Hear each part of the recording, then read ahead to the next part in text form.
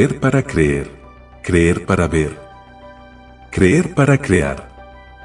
Las polémicas que se han despertado en torno a la existencia de los conocidos ovni son dignas de analizar.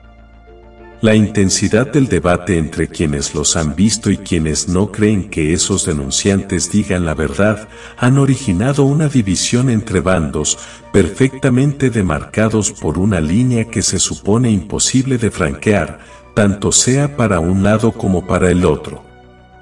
Y hay un detalle a tener en cuenta y es el siguiente: las naves interdimensionales no se harán presentes, salvo ante quienes estén preparados para verlas. Esta afirmación, evidentemente, cambia los parámetros en cuanto a la visualización humana de estos notables mecanismos técnicos.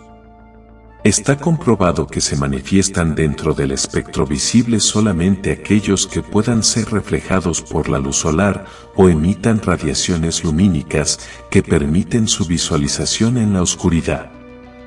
Ya hemos hablado del espectro visible. Puntualmente, la útil Wikipedia lo define como la región del espectro electromagnético que el ojo humano es capaz de percibir. A la radiación electromagnética, en este rango de longitudes de onda, se le llama luz visible o simplemente luz. No hay límites exactos en el espectro visible. El ojo humano típico responderá a longitudes de onda de 380 a 750 milímetros, aunque en casos excepcionales algunas personas pueden ser capaces de percibir longitudes de onda desde 310 hasta 1050 milímetros. Los arcoíris son un ejemplo de refracción del espectro visible. El ojo humano es sensible a este rango de medida, por lo que por encima y por debajo se ingresa en el terreno de la invisibilidad. Si nos concentramos en el variado grupo que constituyen los denominados ovni, veremos que su número es muy importante. Sumada la confusión producida por los estados que intentan mantener ocultos a estos vehículos del conocimiento popular, la variedad se amplía considerablemente. Pero, manteniéndonos en el rango visible, son muchos los modelos, si así podemos definirlos, que se presentan a la vista humana, predominantemente los conocidos platillos. Los registros de formas ofrecen la siguiente clasificación: 1. Cilíndrico.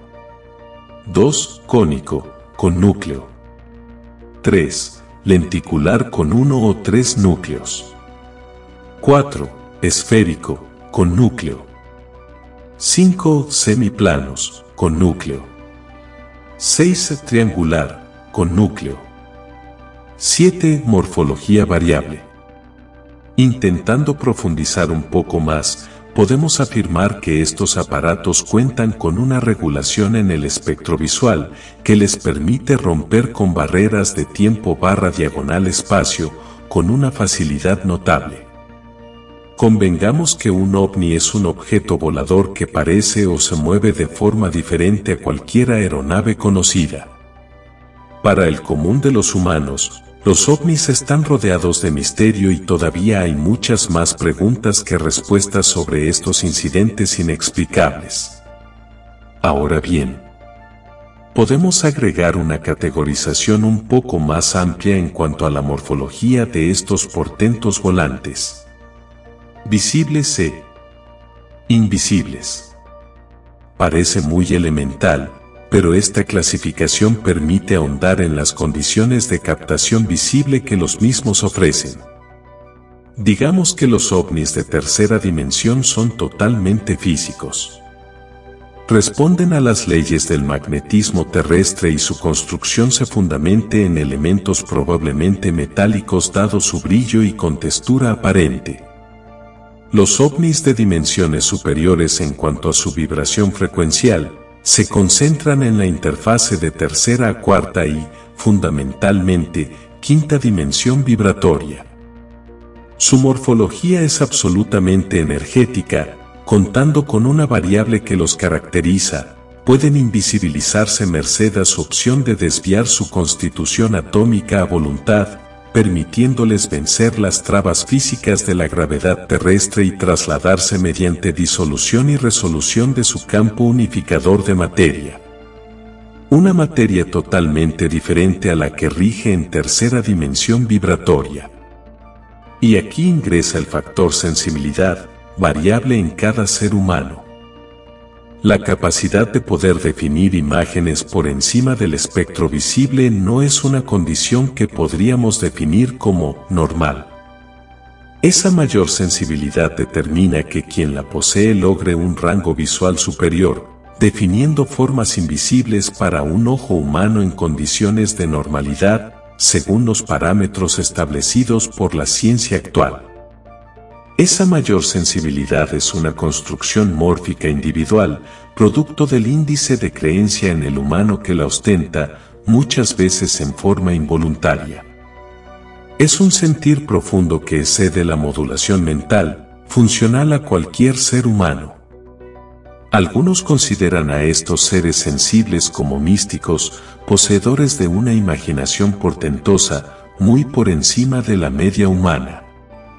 Pero no siempre esta definición nos abarca. Más aún, considerando que las nuevas frecuencias a las que nuestro planeta está sometido en este tiempo de cambio erático, proporcionan un campo propicio para el desarrollo de estos dones. Son cada día más los seres humanos que acceden a su captación. En un contexto de espiritualidad profunda, estos dones indican lecturas muy por encima de los potenciales humanos, permitiendo un acceso controlado a instancias energéticas muy elevadas, sin producir daño alguno a quien las logra definir en imágenes. Difundido siempre como real fue el hecho de observar nítidamente espíritus desencarnados, incluso generando, en algunos casos, un contacto recíproco entre ambas identidades, la humana y la suprahumana. Con un similar criterio, ocurren visualizaciones muy selectivas que permiten avanzar un paso adelante en la comprensión de la fenomenología ovni. Creer y crear. Dos factores complementarios e imprescindibles cuando de vencer barreras limitantes se trata.